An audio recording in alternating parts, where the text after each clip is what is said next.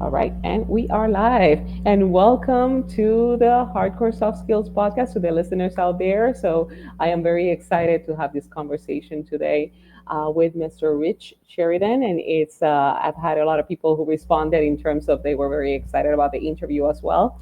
And I want to introduce our guest here, and he's an entrepreneur, business leader, and author, and is best known as the co founder, CEO, and chief storyteller of Menlo Innovations, a software and IT consulting firm that has earned numerous awards, press coverage for the innovative solutions that we're going to talk about today on the podcast. Welcome, Rich, to Hardcore Soft Skills. Thanks, Yadi. Great to be with you today. And I'm very excited because of the fact that in your work you talk a lot about joy, and just thinking about having the books talked about joy. It's like being, just looking at the titles make me joyful. So I So I want to check with you first in terms of knowing a little bit about your background, and then we'll know more about the content of the books. But why did you pick a career in technology? Yeah, I had a real good exposure to programming when I was just a kid, long time ago. And I was, my high school started offering computer programming for the first time when I was a freshman. And I tried it. I found I loved it. And I think within weeks I decided this is what I want to do the rest of my days. It felt like an artistic medium to me. Like I wasn't very good at painting or drawing or, musical instruments or anything like that. So this was my artistic canvas, was writing code, and I'm still doing it more than 50 years later. So I think I chose wisely. That's wonderful that you were able at such a young age to know exactly what you wanted to do. That's, I guess, a great privilege or a blessing to be able to have that. Absolutely. I know a lot of people struggle with that, and I didn't. And I know that was a blessing for sure. And even adults, as finding our next careers as well. So now let's talk about your experience and what drove you to create Menlo Innovations. And just for those of the audience who may know, Menlo Innovations has a very specific way of working, which is all about centered and employee centered and customer centric as well. But what drove you to create that company?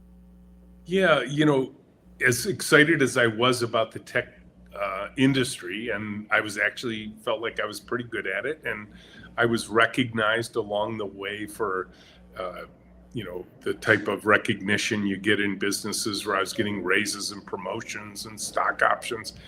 Inside, I was kind of dying. I was like, I don't know if I can do this the rest of my days because I was seeing trouble everywhere.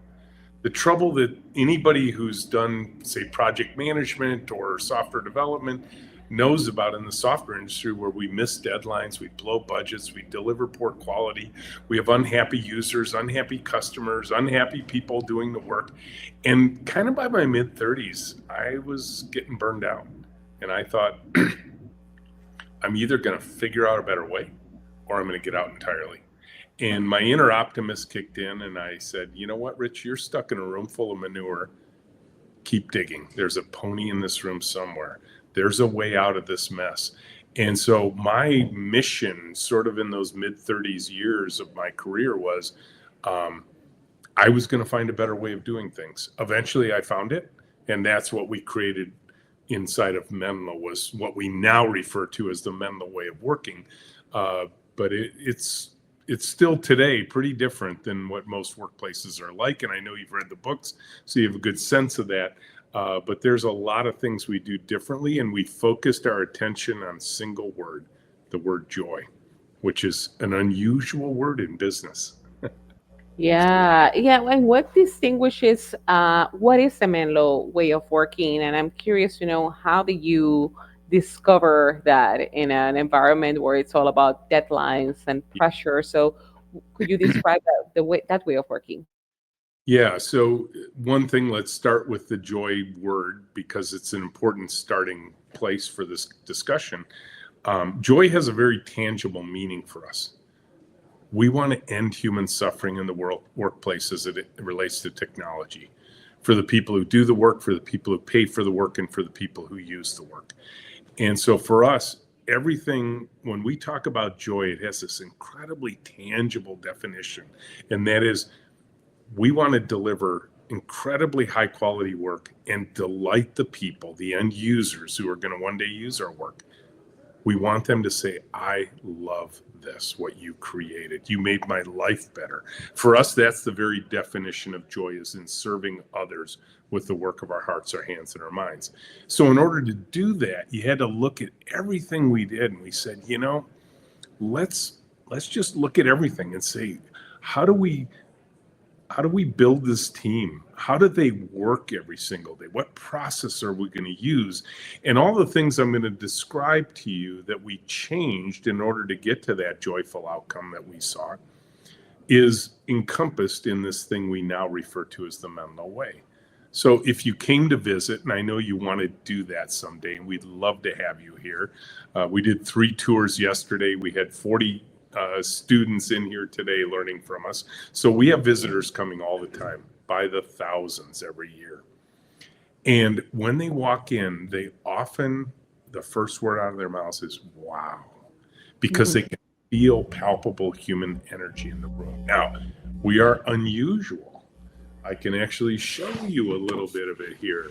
We're an in-person work environment. That is, that wasn't weird 5 years ago. Now it feels like we might be the last one on the planet. It's hard to tell. But we're in the office 5 days a week in a big open room, and it's pretty noisy because we pair our people together. All work here is done in pairs. 2 people, 1 computer, 1 keyboard, 1 mouse, sharing their ideas back and forth, sharing the keyboard and mouse back and forth, working at 1 computer all day long. Those pairs switch at least every 5 business days.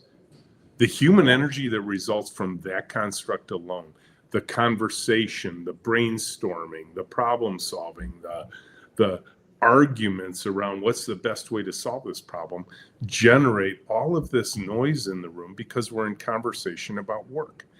There is a palpable human energy to that. They feel like they're never getting stuck because their pair partner's there to unstick them.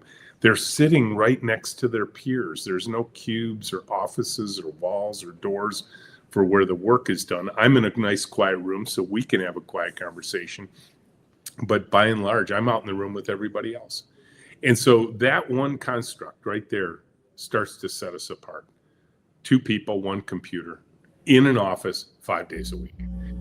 The other part that really sets us apart, which goes to the heart of delighting the end users, is we invented a whole new kind of design practice that we call high-tech anthropology. And a lot of people ask us, why would you need anthropologists on a software team? And our answer is very simple. We're building things that one day are going to be used by humans.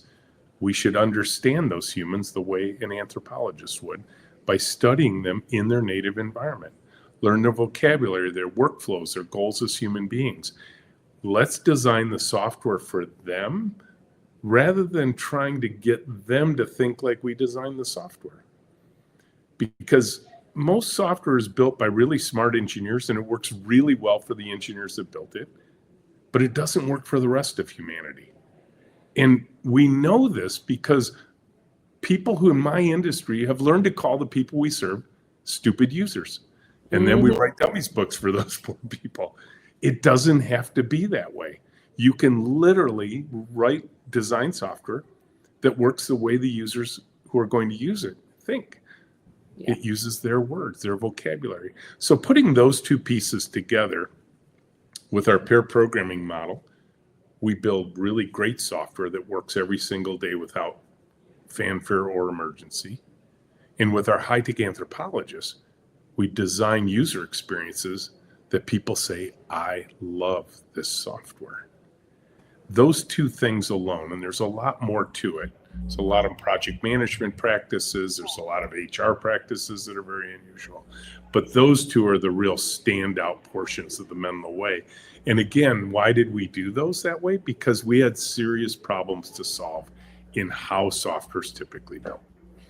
And that's fascinating, and it seems I'm curious to know more about the what conditions needed to exist there, because, for example, for the high tech anthropologists, and that's one of the questions that one of my colleagues in the product management community had at Martin does. Our curiosity for in the high tech anthropologists, to balance out those that empathy with the user, but also to be able to be kind of make sure the team understands that, hey, what you're designing is not working. So how do we balance those out, like removing that preconception of the stupid user, quote unquote, with the, hey, my product is awesome, it's the user problem? Is there some sort of soft skills training that take place to make sure that they build that empathy, or that they build that kind of giving the hard news to the engineering team? Yeah, so one thing is our engineers have deep respect for the work of the anthropology team, and they understand the importance of getting them out into the world and studying the users. Because ultimately, I'll tell you this, I give talks around the world on this subject, and there is a universal truth among people who write software for a living.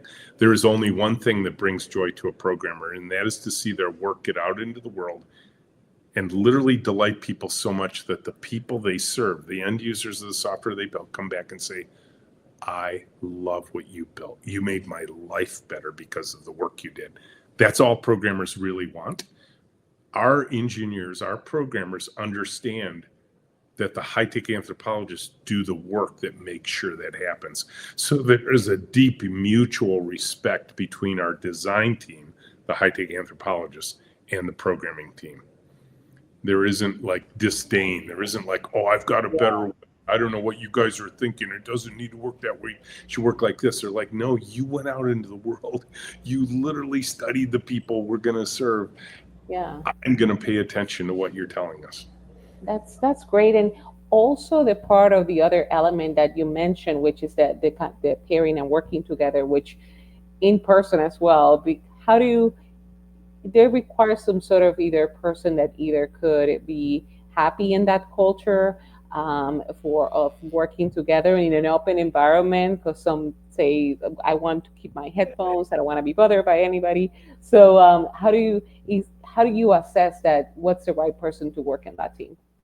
Yeah, well, you can imagine if you're going to work this way, the standard interview process, which I used to use, which I sarcastically now describe as two people sitting across the table lying to each other for a couple of hours.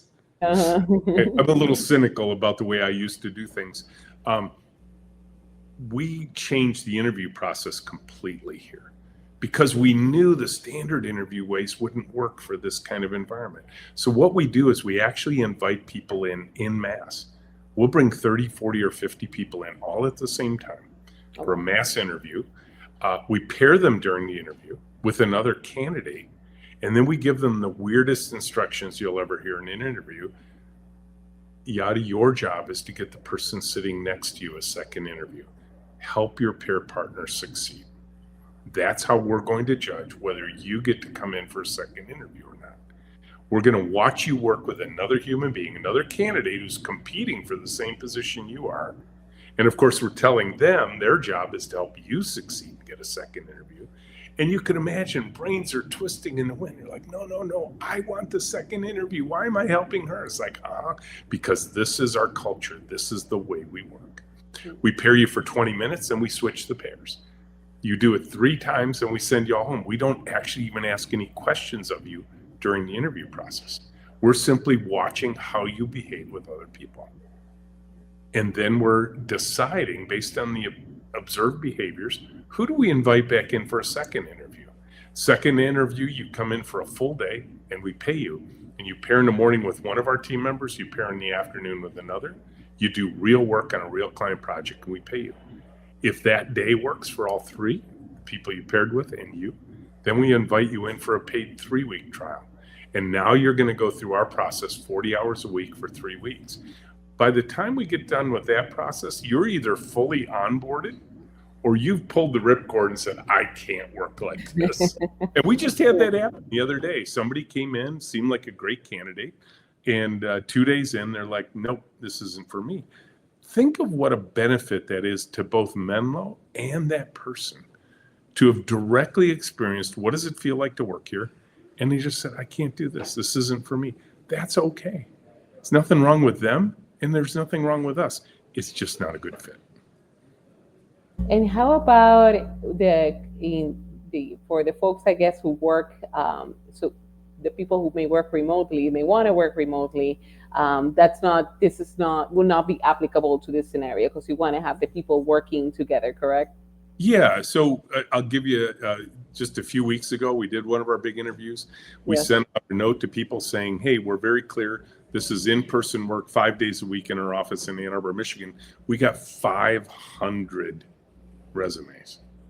Okay. Now, anybody who said, what are they, crazy? In person? I don't want that. Yeah. No, it can only be 2 days a week if it's, if it's anything.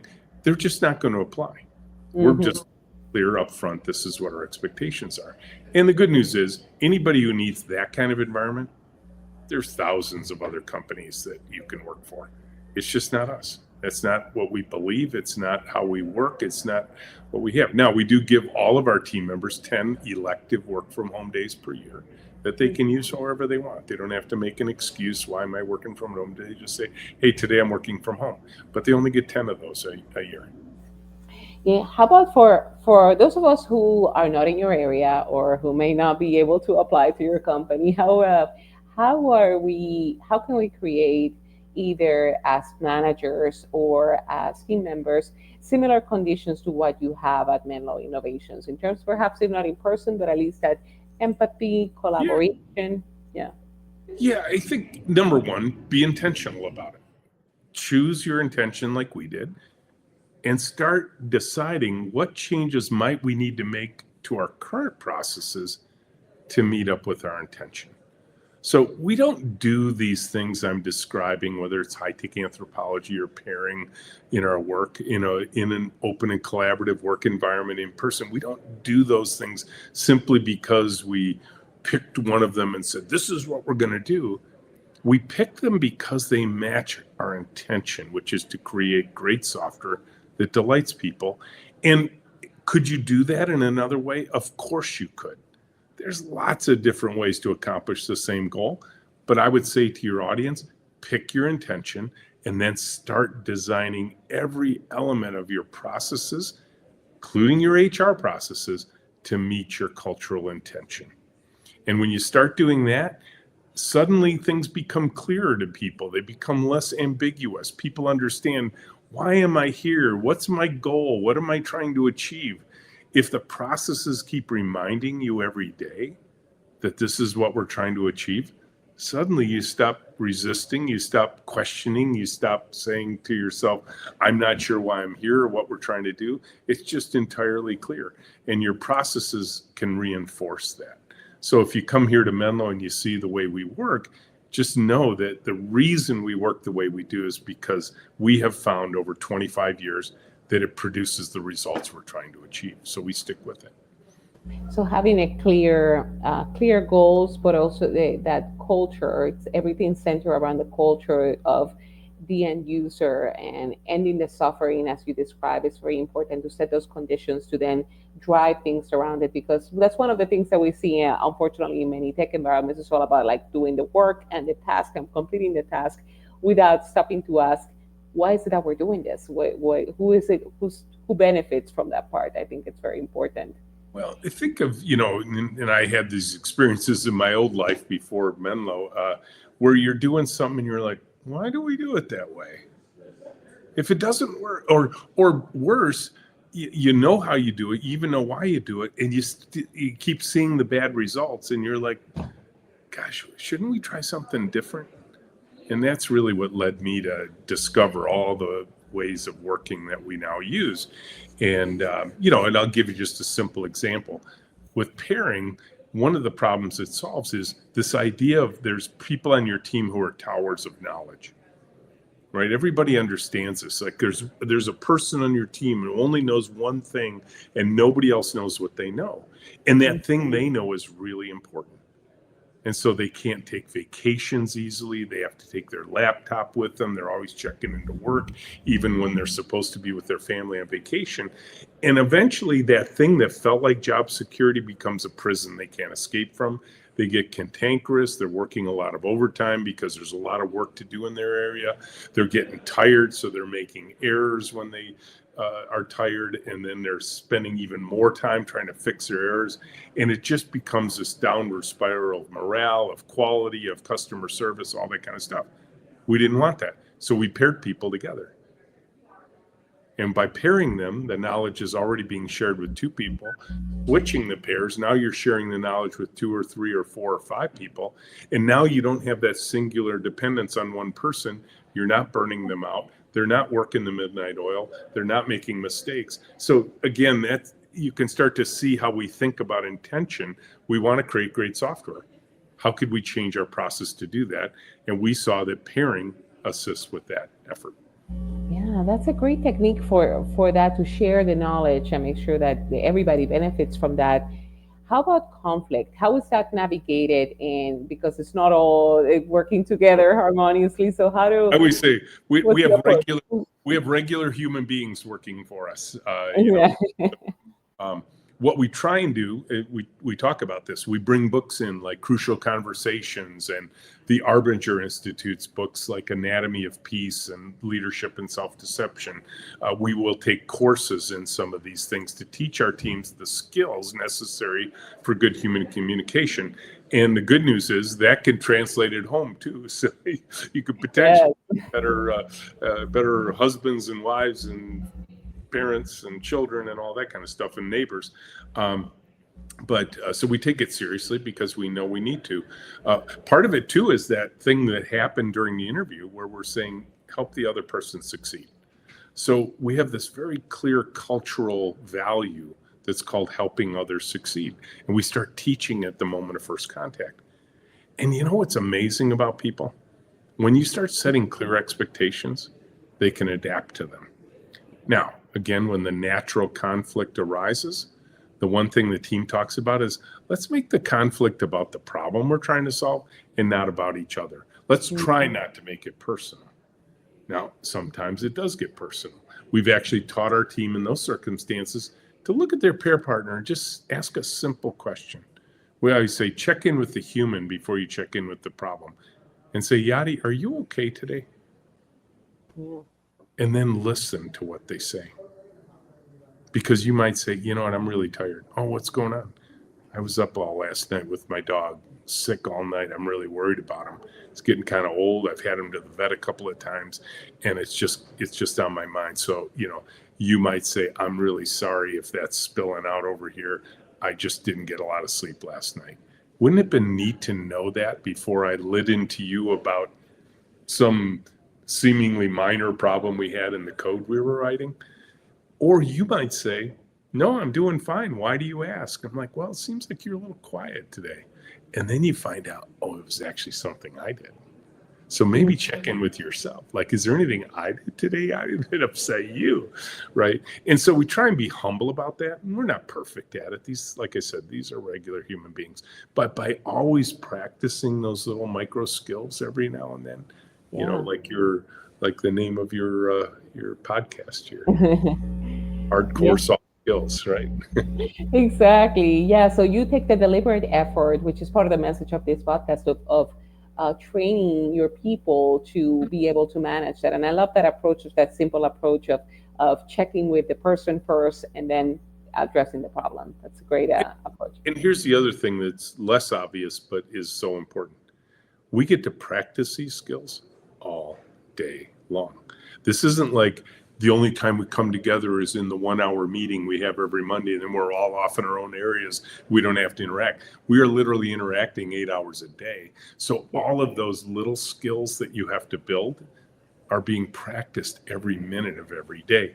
You do that often enough, you get pretty good at it. Yeah, that's wonderful. And before we go, I want to ask in regards of AI and technology in the workplace. I mean, you are in a tech workplace and Yep. keeping that human connection. How have you integrated either use of AI, presumably they're having AI coworkers, quote unquote, or how is that integration at Menlo Innovations of AI? Yeah, I mean, we're running a lot of experiments, probably like a lot of organizations are. We're trying new things out because it's an exciting new frontier for our team. They're getting to learn something new. That's something they always appreciate about Menlo is this idea that we're always sort of on the frontier of what's happening, and that's certainly true with AI as well. Uh, we tend not to get caught up in the hype cycle of AI, where it's it's the answer to all problems immediately. When people are suggesting we use AI, we ask them first, well, what problem are you trying to solve? And if the answer is, well, we need AI, it's like, well, that might be a solution to the problem, but let's make sure we understand the problem first. Yeah. Because AI may be a good solution to that problem, it may not be. And so by running experiments, trying new things, doing internal projects where we're experimenting with a lot of these things, we're starting to build our own muscles for knowing when AI is a good answer for a problem and it's not. And then we actually spend time reaching out to others in the world who can come in, talk to us about it. We just had a programmer in who's working for one of those companies that's kind of all AI all the time. And he got a chance to tell us what is his day like when every tool he uses is AI. And we really listen and see what can we learn from others along the way. So, stay tuned. It's still pretty early. AI isn't ready for prime time in all circumstances. We don't, like I said, we don't get caught up in the hype, but we take it all seriously because we know we are in a transformational moment in the software industry. Indeed, indeed. And that approach of not getting swept away by the hype and defining, always going back to defining the problem effectively and then coming up with the solutions. So it seems you've applied a lot of those skills that we talk about on the podcast, that collaboration, conflict resolution, defining the problem, all those great things. And thank you for sharing your knowledge today with us. And what's the best way for people to get in touch with you? Yeah, I'm very active on LinkedIn, so feel free to mention this podcast. Say, hey, Rich, I heard you on the Hardcore Soft Skills podcast. I'd love to get connected. I will just accept your invite immediately on that. And I try as hard as I can to keep up with all the messages I receive on LinkedIn. If you want to come visit, you can go on our website and look for tours on the website. And good news, if you live far away, we have virtual tours. We do two a month, so you can just click on a link and you're here. And then if you're ever in the Ann Arbor, Michigan area, you can just come in and visit on one of our public tours that we do every month. And that's one my travel plans for the upcoming year. So, and if not, in the meantime, a virtual tour, I would love to join as well. So, thank you so much, Rich, for being on the podcast today. You bet. My pleasure. Right, and okay, ending this